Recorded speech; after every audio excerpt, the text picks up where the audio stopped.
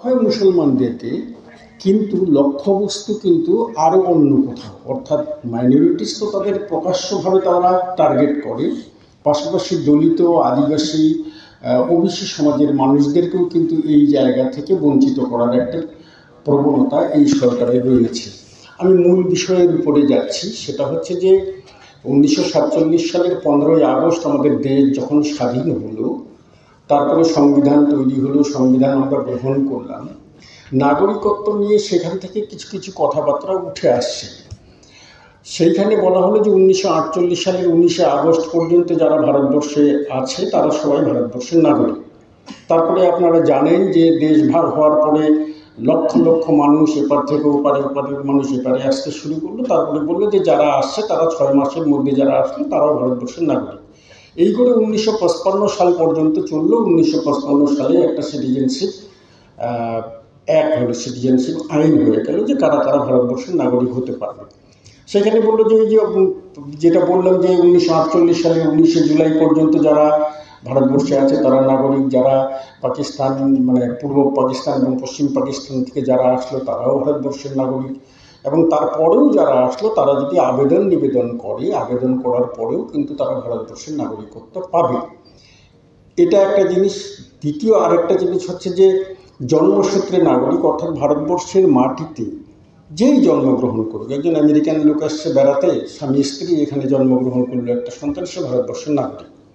কিংবা একটা প্লেন যাচ্ছে আমেরিকা থেকে অস্ট্রেলিয়ায়, ভারতবর্ষের উপর দিয়ে যাচ্ছে, আমাদের মুর্শিদাবাদের আকাশে সে জন্মগ্রহণ করলো, সে ভারতবর্ষের নাগরিক। এই বিষয়টা যেমন ছিল, আরেকটা ছিল যে যদি কোনো নতুন জায়গা এসে আমাদের ভারতবর্ষে প্রবেশ করে তাহলে সেই লোকগুলোকে তো নাগরিকত্ব দিতে হবে। যেমন আমরা জানি 3 বিঘা করিডোরের যে ব্যাপারটা, সেইখানে আসলো কিছু মানুষ, তারাও কিন্তু ভারতবর্ষের নাগরিক হলো। অর্থাৎ আগামী কাল যদি আমরা কাশ্মীর অধিকৃত যে জায়গাটা, পাকিস্তান অধিকৃত যে কাশ্মীর, সেই কাশ্মীরটাকে যদি আমরা আমাদের জায়গায় ফিরে নিয়ে আসতে পারি, তাহলে কিন্তু সেই লোকগুলোকে আমাদেরকে নাগরিকত্ব দিতে হবে। এই অপশানগুলো 1955 সালের ছিল। এই দিকে ঘটনাটা ঘটলো, সব থেকে সমস্যাটা শুরু হলো 1971 সালের পর থেকে। 1971 সালে বাংলাদেশের যে স্বাধীনতা আন্দোলন, সেই আন্দোলনে প্রচুর মানুষ ভারতবর্ষে শরণার্থী হয়ে আসলো, এবং কেউ কেউ থেকেও গেল। এটাকে অস্বীকার করার উপায় নেই যে পূর্ববঙ্গ থেকে কিছু মানুষ এসে ভারতবর্ষে থেকে গেছে, এবং হয়তো পাকিস্তান থেকেও কিছু পাঞ্জাবি মানুষ আসছে, তাদের 3131 জন 13 জনের তালিকাও রয়েছে যারা আবেদন করে এসছে। তো এইরকম যে বিষয়গুলো, তখন আসামে একটা আন্দোলন শুরু হলো যে তারা বলল যে বাংলাদেশের প্রচুর মানুষ আসামে এসে প্রবেশ করেছে, সেইখানে আকসু এবং বিভিন্ন সংগঠনগুলো সেখানে আন্দোলন শুরু করলো। সেই আন্দোলনের পর 1984 সালে একটা চুক্তি হলো রাজীব গান্ধীর সঙ্গে আসামের সেই আন্দোলনকারীদের, যে 1971 সালের 25শে মার্চের মধ্যরাত্রি পর্যন্ত যারা এসেছে তারা ভারতবর্ষের নাগরিক, তারপরে যারা বাংলাদেশ বা অন্য জায়গা থেকে আসামে এসে প্রবেশ করেছে তারা ভারতবর্ষের নাগরিক নয়। এটার উপরে তাদের এনআরসি শুরু হবে। অ্যান্ড এই এনআরসিটা করতে গিয়ে তখন যেটা হলো সমস্যা, যে এই এনআরসি যেটা হয়েছে আসামে, সেই এনআরসিটা কিন্তু সুপ্রিম কোর্টের নির্দেশে হয়েছে এবং রাজীব গান্ধীর সেই চুক্তির উপরে ভিত্তি করে হয়েছে। ফলে সার্বিকভাবে ভারতবর্ষের যে এনআরসি, সেই এনআরসির সঙ্গে কিন্তু আসামের এনআরসিকে মেলালে চলবে না। এইবারে 1987 সালে একটা আইন হচ্ছে, সেই আইনে বলা হচ্ছে যে না, বাবা মা বা জন্মসূত্রে আকাশপথে মাটিতে কেউ জন্মগ্রহণ করলে হবে না। ভারতবর্ষের যদি কেউ নাগরিক হতে চায় তাহলে তাকে বাবা এবং মার মধ্যে একজনকেই ভারতবর্ষের নাগরিক হতে হবে। এর আগে কেউ না হলেও চলতো, বাবা মা না হলেও নাগরিক হওয়া যেত। এইবারে আইন হলো যে বাবা মার মধ্যে একজনকে ভারতবর্ষের নাগরিক হতে হবে। তো এই 87 সালের পর থেকে বাবা মার মধ্যে একজনকে ভারতবর্ষের নাগরিক হতে হবে। 2003 সালে একটা আইন পাস করলেন অটল বিহারী বাজপেয়ী, যেটা 2004 সাল থেকে লাগু হয়েছে। এই যে 2003 সালের ভোটার লিস্ট, 2002 সালের ভোটার লিস্টের নাম, ওই কারণটা এটাই। সেইখানে বলা হলো যে এনআরসি করা হবে, সর্বভারতীয় ক্ষেত্রে এনআরসি করা হবে।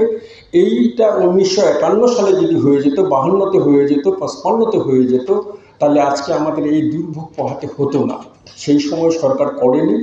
তার সুবিধাটা এরা নিয়ে মানুষগুলোকে হ্যারাসমেন্ট করছে। তো সেইখানে 2003 সালে বলা হলো যে বাবা এবং মা দুইজনকেই ভারতবর্ষের নাগরিক হতে হবে। এইবারে একজন হলে হবে না, দুইজনকেই ভারতবর্ষের নাগরিক, বৈধ নাগরিক হতে হবে, তারপরে তার সন্তানটা ভারতবর্ষের নাগরিক হতে পারবেন। যার কারণে আপনারা এসআইআরে শুনছেন যে জন্ম সার্টিফিকেট লাগবে সপ্তাহের পরে ইত্যাদি ইত্যাদি এইগুলো। তো এই আইনটাকে যদি আমরা দেখার পরে এইবারে বিষয়টা হলো যে দেশের নাগরিকদের নাগরিকত্ব কে দেবে, বা আমার কাছে নাগরিকত্বের কি প্রমাণ আছে? আমি তো বলছি যে এনআরসি হয়নি, আমাকে কোনো ওইভাবে কোনো আইডি কোড দেওয়া হয়নি। যেমন বাংলাদেশে সরকার আজ থেকে 5 বছর আগে করেছে, একটা আধার কার্ডের মতো একটা নাম্বার দিয়েছে, ছোট চিপ, ওইটা দিয়ে ট্রেনের টিকিট কাটবে, ওইটা দিয়ে সব করবে, ওটা দিয়ে সে লেখাপড়া, তার ওই নাম্বারটার উপরে অবলিক দিয়ে তার সন্তানটা যাবে দীর্ঘদিন ধরে। এই ধরনের আধার কার্ডটাকেও এরা ব্যবহার করতে পারতো, একটা সিরিয়াসলি যদি এই কার্ডটাকে করে যদি বলতো যে এটাই একদম ইউনিক নাম্বার, এটাই আপনার নাগরিকত্বের নাম্বার, সেটাও করলো না। অথচ আধার জবরদস্তি করিয়ে মানুষদেরকে আজকে বলছে যে আধার আমি মানব না। তো এই বিষয়টা না হওয়ার জন্য এইবারে এসআইআরটা প্রয়োজন হলো কেন? কারণ ঠিকভাবেই তো চলছিল, ভোট হচ্ছিল, ঠিকই ছিল। এসআইআরটার প্রয়োজন হলো, এটার একটা রাজনৈতিক সিদ্ধান্ত, এটা নির্বাচন কমিশনের সিদ্ধান্ত নয়। একবারে যেটা রাহুল গান্ধী তো যে কথাগুলো বলছে আজকাল, একবারে বুঝতেই পারছেন যে সঠিক কথাগুলোই বলছে। সেই শুরু থেকে যখন এই রাজনৈতিক দলেরা এই কথাগুলো তোলেনি, তখনও আমি লেখালেখি করেছিলাম যে বিভিন্ন বিধানসভায় এরা, এবং ইতিপূর্বে অন্যান্য সরকার, শুধু বিজেপি নয়, অন্যান্য সরকারও কোথাও কোথাও ভোটার লিস্টে ওই 4 জন 5 জন 10 জন এইরকম মানুষের নাম কেটে দিত ইচ্ছে করে, একটা কমপ্লেন করে। এরা যেটা করল বিজেপি আসার পরে, কারণ আপনারা জানেন যে অমিত শাহ একটা কথা বলেছিলেন, আপনারা মনে রাখবেন, যে 50 বছর আমরা শাসন ক্ষমতায় থাকব। একটা গণতান্ত্রিক দেশে একজন গণতান্ত্রিক দেশের একজন স্বরাষ্ট্রমন্ত্রী বা একটা বৃহৎ দলের তখন কেন্দ্রীয় সভাপতি, তিনি বলছেন যে 50 বছর আমরা ক্ষমতায় থাকব। এই কথা কেউ বলতে পারে না, কোনো রাজনৈতিক দল বলতে পারে না, কোনো গণতন্ত্রপ্রেমী মানুষ বলতে পারে না।